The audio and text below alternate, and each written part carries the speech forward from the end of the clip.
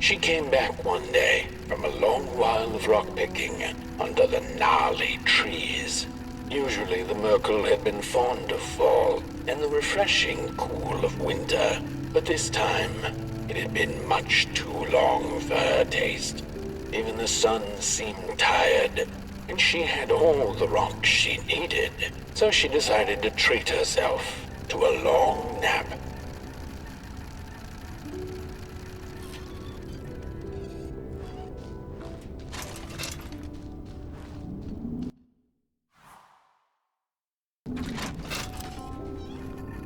The Merkel dreamt many dreams of the mysterious moon and the critters living within its craters, and of the ocean and its deep secrets known only to the sea creatures and the corals, and of the twinkling stars that had so much to tell, but they were too far away to be heard.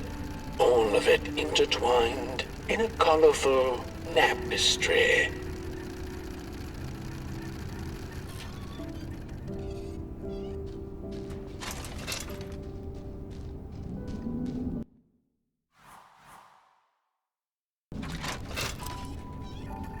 And so she woke with a yawn, so big it could have devoured the sun.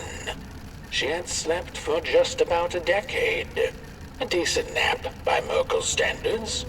She smacked her dry lips, looking forward to what the new dawn had to offer as she left her lair and went out into the cool night. "Wait a minute," she exclaimed. "Night?"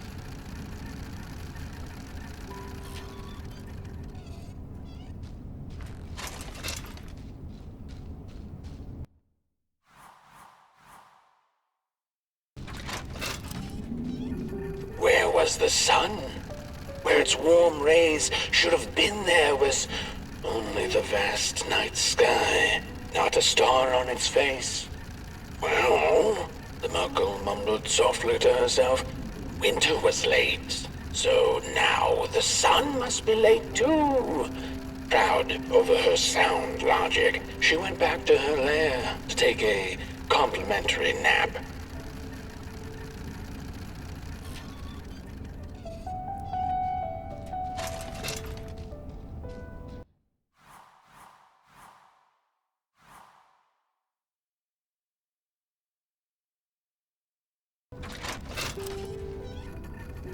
The Merkel had taken a nap that had lasted 2 decades.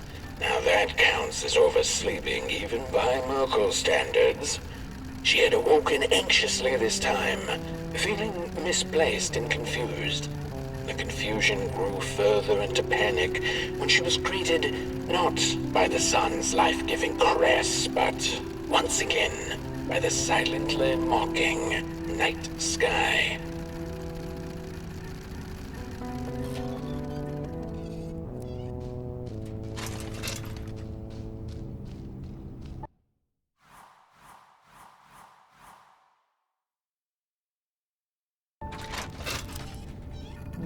There was one star out that night, and it glowed a cold red. "Who took the sun away?" the Merkel asked it. But it was too distant, so she could not hear its reply if it had one. The Merkel had never felt so empty and alone. Lost in quiet despair, she managed to open up to the winds and followed their gentle push south down the midnight walk and to the dark lands.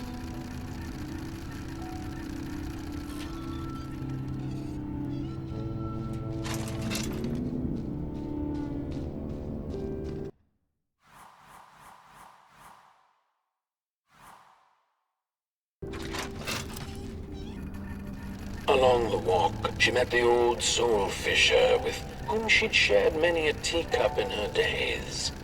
Is that the Merkel I see? Another decade, another teacup, eh? He chuckled, but the Merkel sure wasn't in the mood to discuss teacups. Who took the sun away, soul fisher? Surely it wasn't caught by your hook. After pondering for a good minute, the soul fisher answered, well, there have been whispers among the fish and corals about a loathsome, hungry Mulgrim roaming the swamps. Perhaps it knows. By the time the soul fisher looked up from under his big hat, the Merkel had already continued down the road.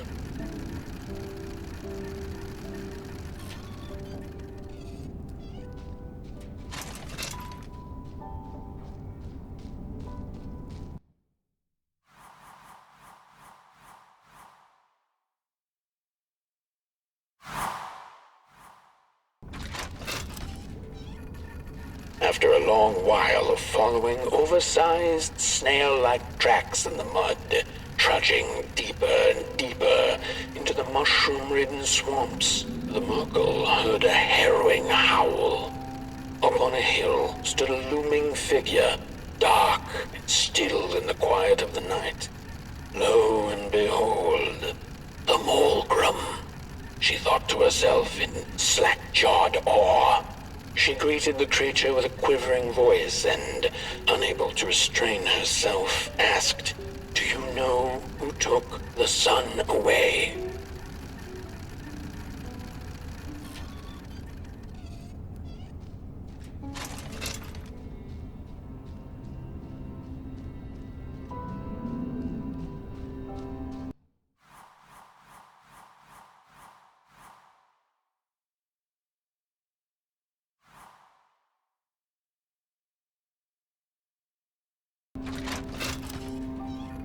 Talking to monsters had never been any Merkel's forte, but this meeting proved spectacularly disastrous. Barely escaping the gnashing teeth of the Mulgrim, she managed to escape by jumping into a lake, following its stream away from the swamps. Although the Mulgrim was far behind her, she could still hear its melancholy howl. Mad with grief, she mumbled, "As I will be, unless I find the sun again." Tired from running, she searched for shelter and found a dark, dank cave. Cozy, even by Merkel's standards.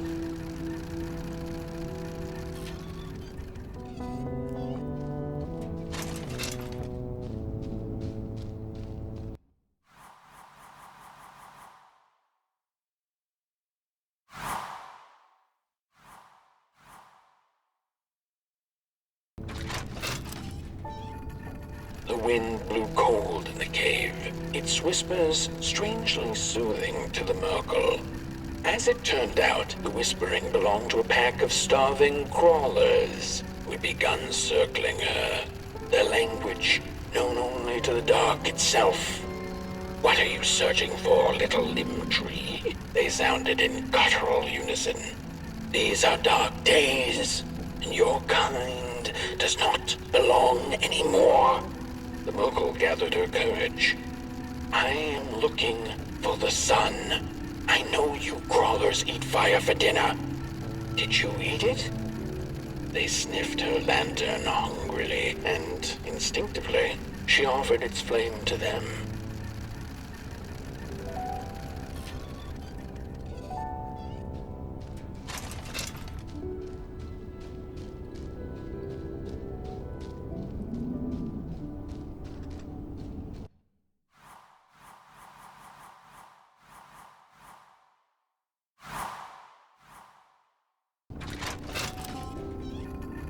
The crawlers cackled like mad chickens.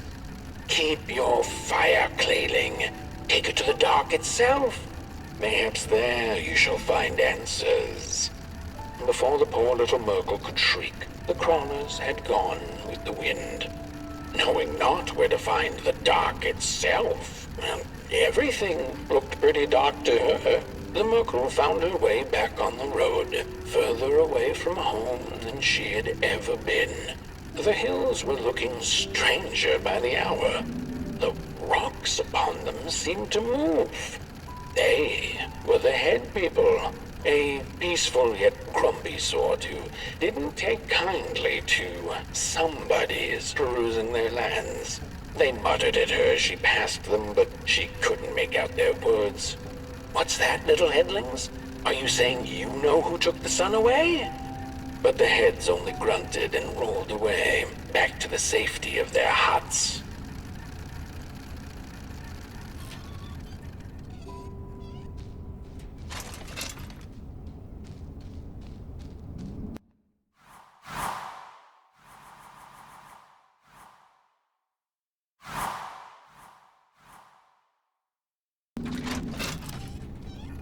The road went on, and the shadows grew all around her. Was this the dark itself? Not sure whether she was alone, she asked out loud, "Does anyone out here know who took the sun away?" By the side of the road lay 3 peculiar faceless and person-sized dolls wrapped in muddy bandages. A stone's throw away lay some strange masks. The Merkle followed her instincts and put the masks back on. And the dolls did come to life. They began to dance a haunting dance around her, and before she knew it, she was dancing too. When it was all over, their masks fell off and they went back to lifelessness. The Merkle silently thanked the dolls for the dance and went on her way, deeper into absolute darkness.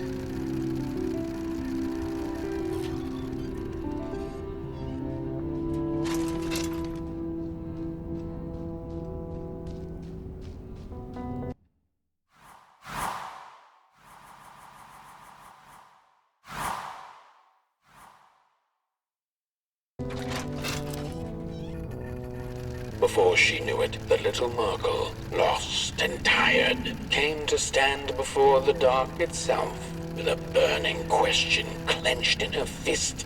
She felt like punching the dark with it, screaming it out like the howling Morgrim, laughing it out like the starving crawlers who had nothing left to eat but the hope of others. Who took the sun away? It then asked the Merkle. Its voice sounded like a dark forest, deep and ancient. "It wasn't you," the Merkle retorted. "You're its complete opposite. Surely you must be the reason it's gone." The dark then replied, "I am but the absence of light, not its adversary. Light is because I am. How could I possibly hold it in my possession?" The Merkle felt her anger fade. She understood little besides one thing, that the darkness was not behind the missing sun, nor her suffering.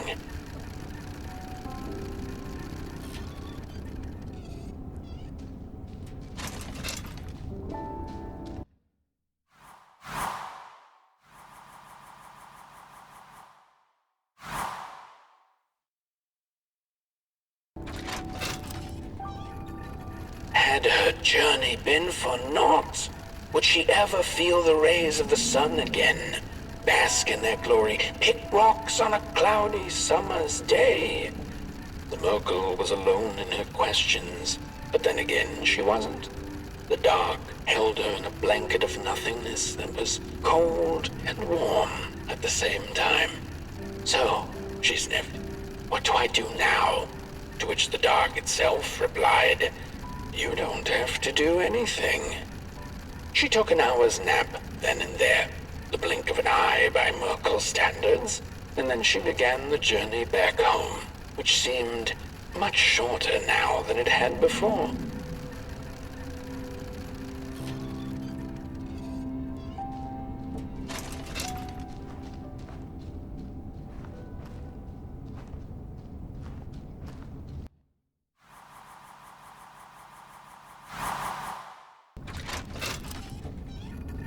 Back home on her hill, memories of the Merkle's many encounters along the way came circling back into her mind. None of her new acquaintances had been able to answer her burning question, but they hadn't been a waste of time either. She knew not if the sun would return tomorrow, in another decade, century, or never. She knew now, however, that she didn't need to know.